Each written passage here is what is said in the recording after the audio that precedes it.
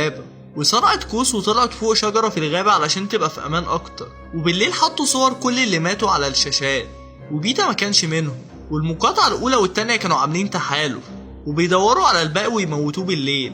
وعدوا من تحتها وبيتا كان معاهم وقال لهم إن كاتنس هنا، بس ما شافوهاش. وتاني يوم راحت لمكان بعيد في الغابة، ومدير اللعبة لاحظ إنها بقت على بعد 2 كيلو متر من أقرب منافس ليها، فقرر إنه يعمل حريقة في الغابة علشان يقربها من المنافسين. وفضلوا يرموا عليها كور نار وأشجار مولعة علشان يوجهوها للمكان اللي هم عايزينه. وهي بتهرب النار مسكت في رجلها واتصابت وما كانتش قادرة تتحرك، بس فجأة لقت كرة نار جاية عليها واضطرت تجري وهي مصابة.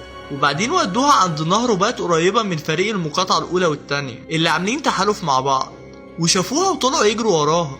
وطلعت فوق الشجرة، وفي واحد منهم طلع وراها بس وقع. وبعدها بيتا أقنعهم يسيبوها لحد ما تنزل لوحدها، وإنها كده